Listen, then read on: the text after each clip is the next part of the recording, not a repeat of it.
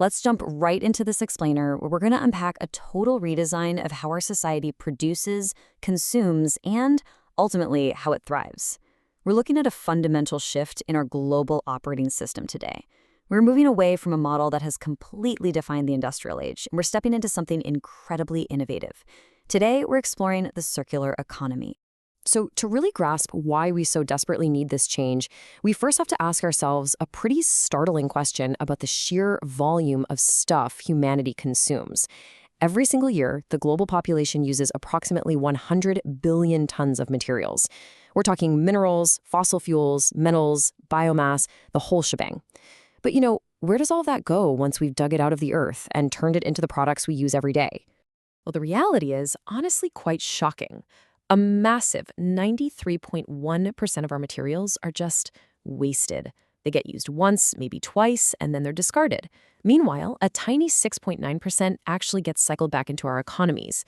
And what's even more concerning, that number is actually down from 7.2% just a few years ago. So we're consuming more, but we're looping back less. We absolutely have to reverse this trend. So here is our roadmap for today. First, the take-make-waste problem. Then, what is circularity? Third, redesigning our global economy. Fourth, real-world circular solutions. And finally, a regenerative future. Let's start with part one, the take-make-waste problem. On one side of the coin, we have our traditional linear economy. It's basically a straight line from extracting resources straight to the landfill. It completely relies on this use it and throw it away mentality, and it assumes we just have an infinite supply of cheap materials and energy. The European Parliament actually points out that planned obsolescence is a core feature of this wasteful model. I mean, we've all had a device mysteriously just die the exact day after its warranty expires, right? But on the flip side, we have the circular economy, a continuous, clean loop of reducing, reusing, and regenerating. And the crucial takeaway here is that extracting and processing all these natural resources isn't just inefficient, it is a primary driver of our current planetary crises. According to the International Resource Panel, this linear process directly causes over half of all global greenhouse gas emissions. It creates 40% of the particulate matter that harms human health, and it drives a staggering 90% of land-based biodiversity loss and water stress. This way of doing things is literally costing us the Earth. Which brings us to section 2. What exactly is circularity? At its core, a circular economy is an economic framework designed to completely eliminate waste and pollution.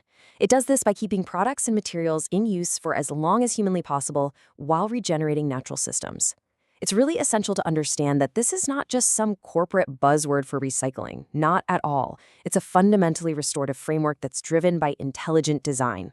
The whole goal is to decouple our economic growth from the consumption of finite resources.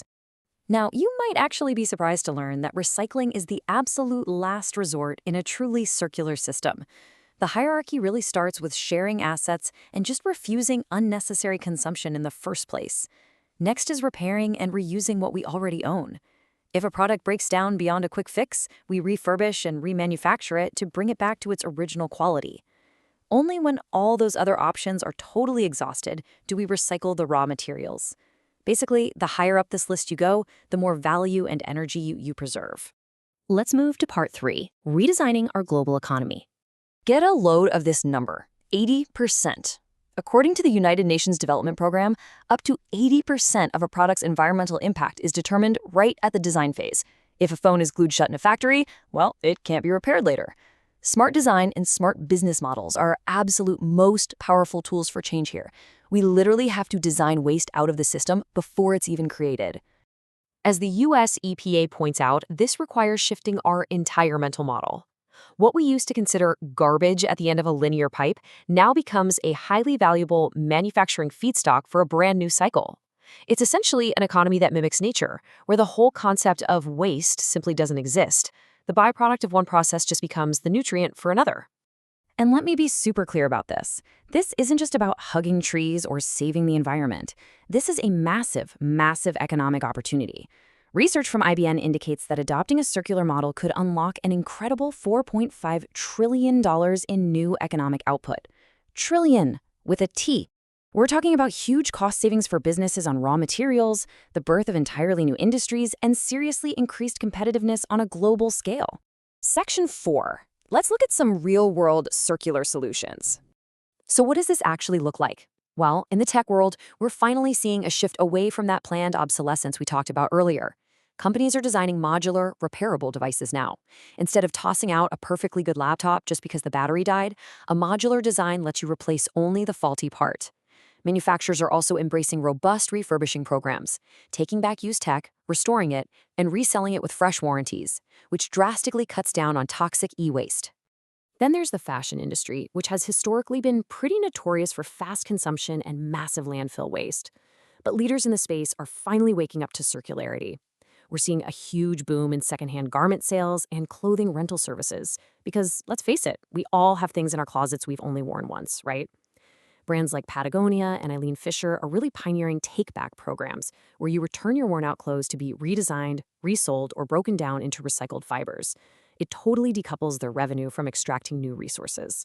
And this brings us to what I think is a total game changer: product as a service, or PaaS. Instead of the old sell and forget model, the manufacturer actually keeps ownership of the product. You, the consumer, just pay for the utility or the service that product provides. Whether it's lighting, washing machines, or literally even jet engines, the manufacturer is now highly incentivized to make that product as durable, efficient, and repairable as possible, because they're the ones responsible for its entire life cycle. Which brings us to our final section, a regenerative future. The potential macro-level impact here is just incredibly hopeful. By applying circular strategies to just 5 key sectors, we're talking cement, aluminum, steel, plastics, and food, we could slash global greenhouse gas emissions by a massive 39%. That is the equivalent of removing 22.8 billion tons of carbon emissions. Rethinking how we manage materials is honestly just as vital to fighting climate change as our transition to renewable energy. This quote from the UN perfectly nails our main takeaway today.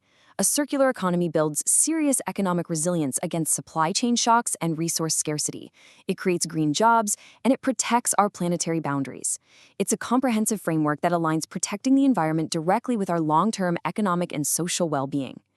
So as we envision this clean, continuous loop for our future, the most important question I want to leave you with is this.